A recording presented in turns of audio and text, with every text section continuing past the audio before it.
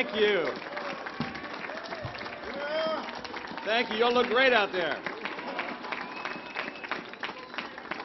They said it was going to be a cold day in hell before we elected a Republican governor. Thank you all. Thank you very much. Governor Christie, thank you for being here. Thanks for your tremendous support.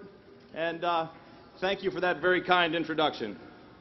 To my wife, Yumi, my daughters, my entire family, it is because of your incredible love and support that I am able to stand here today.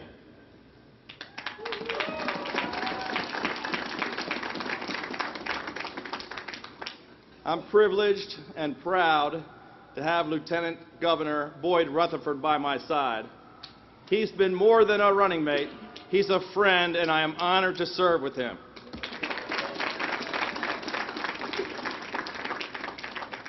Governor O'Malley, thank you for your gracious cooperation during the transition and for your years of public service.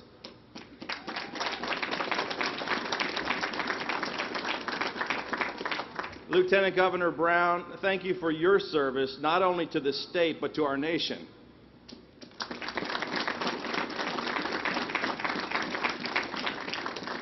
To my good friends, Governor Ehrlich and Lieutenant Governor Steele, thank you for your leadership. It was an honor to serve in your administration.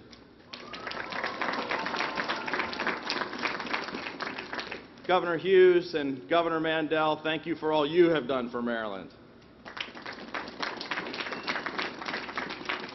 Senate President Miller, Speaker Bush, and members of the Maryland General Assembly, we have great challenges ahead of us, but I look forward to working together with each and every one of you, along with Comptroller Francho, Treasurer Kopp, Attorney General Frosch, Chief Judge Barbera, and the other members of the Judiciary, Senators Mikulski and Cardin, and members of our congressional delegation, and all the local elected officials and other dignitaries.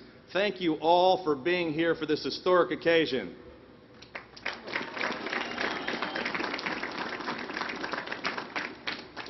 Most importantly, I want to thank the citizens from all across our state who put aside party politics and who came together and voted to change Maryland for the better.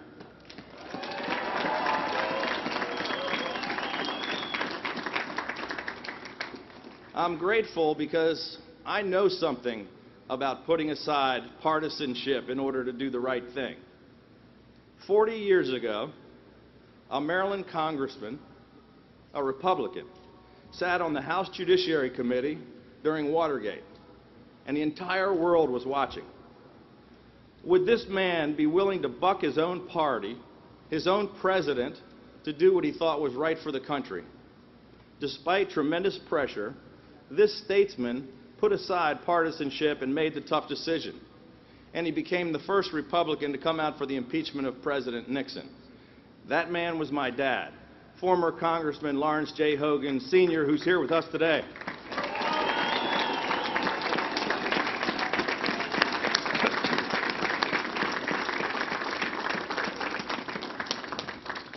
Dad put aside party politics and his own personal considerations in order to do the right thing for the nation.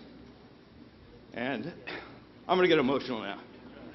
And he taught me more about integrity in one day than most men learn in a lifetime. And I am so proud to be his son.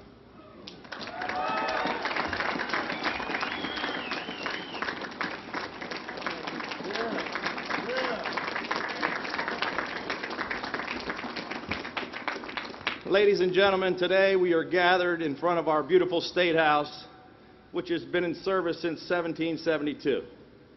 A few steps from where I'm standing is where General George Washington resigned his commission. 231 years ago, the Revolutionary War ended right here, inside this State House, with the ratification of the Treaty of Paris in 1784. And just a few miles away from here, when the future of a fledgling nation was in doubt, Francis Scott Key penned the Star-Spangled Banner during the War of 1812. For Maryland, and for our nation, this is a place where great things begin and where great things are accomplished.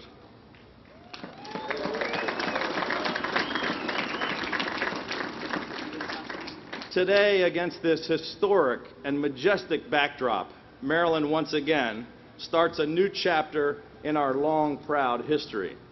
Today's inauguration marks a new beginning for Maryland and the limitless possibilities before us. I am a lifelong Marylander who loves this state.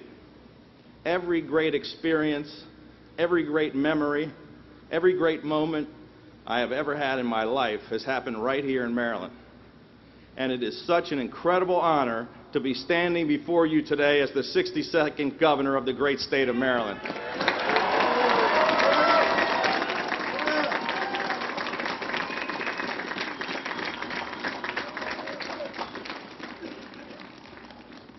I am truly humbled and deeply grateful for the opportunity to serve my fellow Marylanders. And I vow to work tirelessly every single day to prove worthy of this great honor that you have granted me. Today we celebrate a new beginning for Maryland, remembering our past while striving for a better and more promising future. The question isn't whether Maryland is a great state. The question is, what will we do, all of us, to reinvigorate this great state that we all love? What will we do to ensure that our future is better than our present and our past? I believe that the time has come to cast aside the status quo and to come together to build a better future for our state and all our citizens. We must set the bar higher. We must set the bar higher and create a bolder vision of the future. Let's create a Maryland that is thriving, growing, innovating, and is responsive to the needs of all its citizens. Let's strive to make Maryland the best place in America to live, work, raise a family, start a business, or even to retire. Let us renew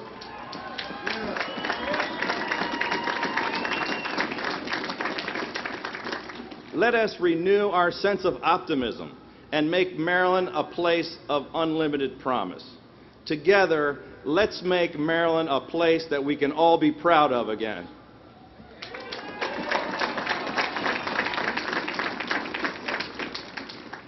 Today, I am reminded of those brave Marylanders who first came to this land seeking freedom and opportunity when they landed in St. Mary's City in 1634.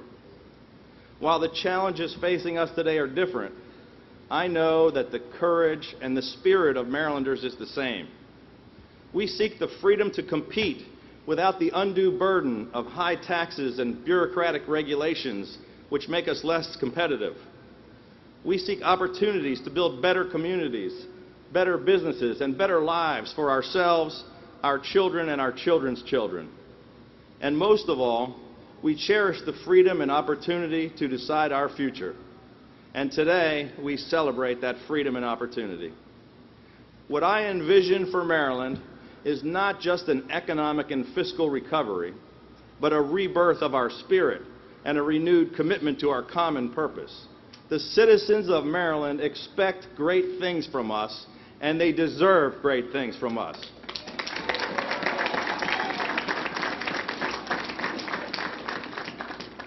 Too often we see wedge politics and petty rhetoric used to belittle adversaries and to inflame partisan divisions. But I believe that Maryland is better than this. Our history proves that we're better than this. It's only when the partisan shouting stops that we can hear each other's voices and concerns.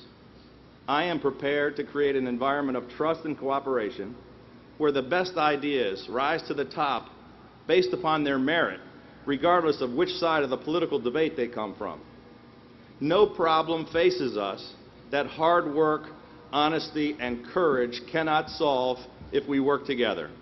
Ladies and gentlemen, we can improve the tone in Annapolis, and we will. Yeah.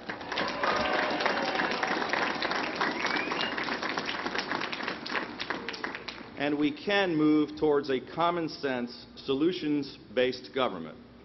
The problems we face are great, but so is our resolve to fix them.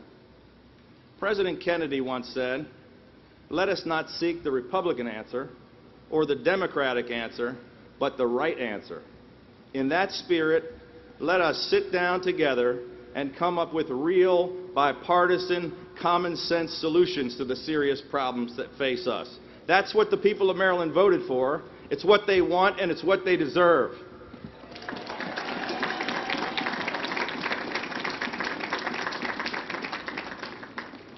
The history of our great state is rich and deep, and our commitment to freedom and justice has always been our strength. In 1649, the Maryland Toleration Act, one of the first laws that granted different faiths the right to freely worship, was enacted.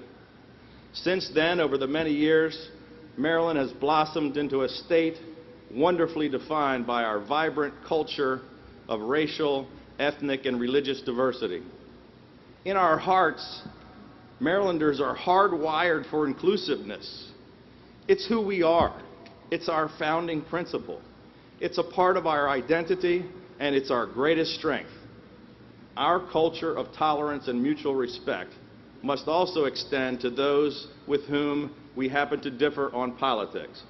Today is not the beginning of an era of divided government. Today is the beginning of a new spirit of bipartisan cooperation in Annapolis.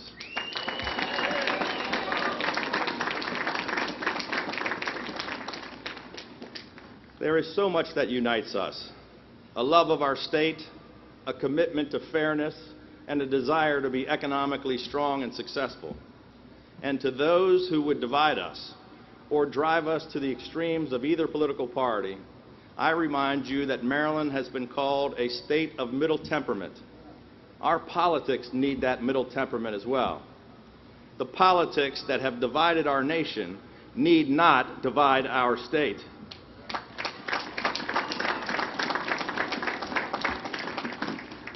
In the days ahead, I ask all Marylanders to seek that middle ground where we can all stand together. I recognize that the events of 2014 stirred strong feelings throughout the nation. But in keeping with the moderate tradition of Maryland, we expressed our passions in a positive, open, respectful, and civil way as concerned neighbors. It's one of the many reasons I'm proud to be a Marylander. Our greatest challenge has always been reaching the high expectations set for us by our founders. That is why we will always keep trying, always keep growing, and why we shall never fail.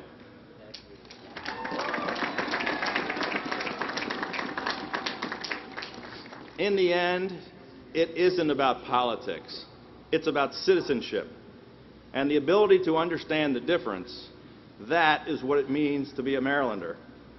Maryland's greatness is in her goodness. Partisanship should never denigrate the unique legacy entrusted to us by our founders. To my friends across the aisle, I assure you that partisanship will never play a role in my decision-making. Everything we do will be guided by 4 common-sense principles. First, fiscal responsibility. Our state government must provide essential services yet still live within its means. We must run our state government more efficiently and more cost-effectively.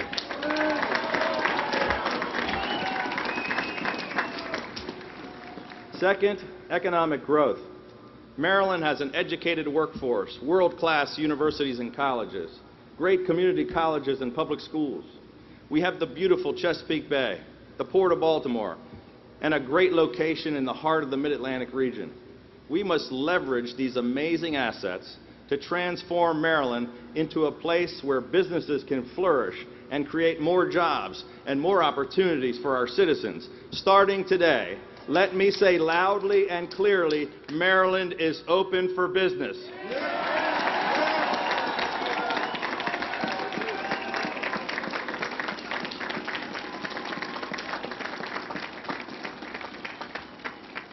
Third, reform. We must improve our state government's ability to be more responsive to and better serve and represent all our citizens. Fourth, fairness. We must restore a sense of fairness and balance for Maryland's hard-working and beleaguered taxpayers in order to rebuild our forgotten middle class. We must get the state government off our backs and out of our pockets so that we can grow the private sector, put people back to work, and turn our economy around.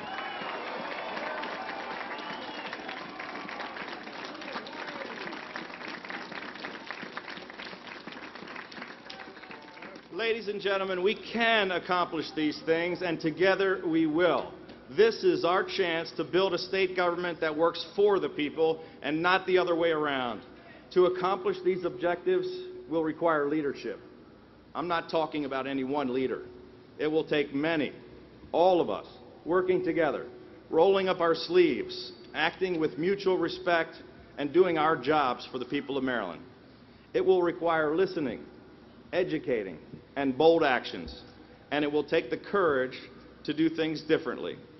A commitment to doing things differently will be challenging. But I lost the teleprompter. It will be challenging. But it will be worth it. We're worth it. And more importantly, Maryland is worth it.